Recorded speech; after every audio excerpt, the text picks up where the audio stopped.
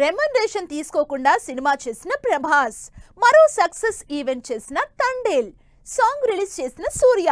శుక్రవారం థియేటర్స్ కు వస్తున్న రష్మిక బిగ్గెస్ట్ బాలీవుడ్ మూవీ.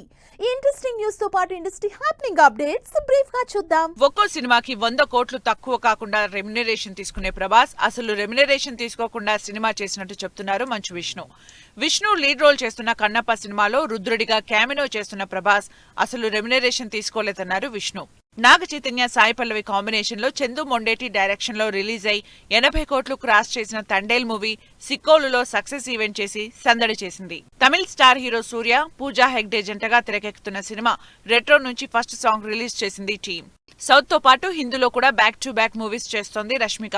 విక్కీ కౌశల్ తో రష్మిక చేసిన బిగ్గెస్ట్ మూవీ చావా ఈ శుక్రవారం గ్రాండ్ గా థియేటర్లోకి వస్తోంది. యష్, గీతూ మోహన్ దాస్ కాంబినేషన్ లో తెరకెక్కుతున్న drugs back drop movie toxic super fast గా షూటింగ్ జరుపుకుంటోంది. తన 36వ సినిమాలో బైక్ రైడర్ గా కనిపించబోతున్నారు శర్వా. ప్రస్తుతం ఈ సినిమా యాక్షన్ షూట్ కోసం ఇండోనేషియా వెళ్లారు శర్వానంద్. మోహన్ లాల్, పృథ్వీరాజ్, సుకుమారన్ లీడ్ రోల్స్ లో తెరకెక్కుతున్న లూసిఫర్ 2 నుంచి 29వ క్యారెక్టర్ ని రివీల్ చేసింది టీం. ఈ భారీ యాక్షన్ ఎంటర్టైనర్ మార్చ్ 27న థియేటర్లోకి వస్తోంది.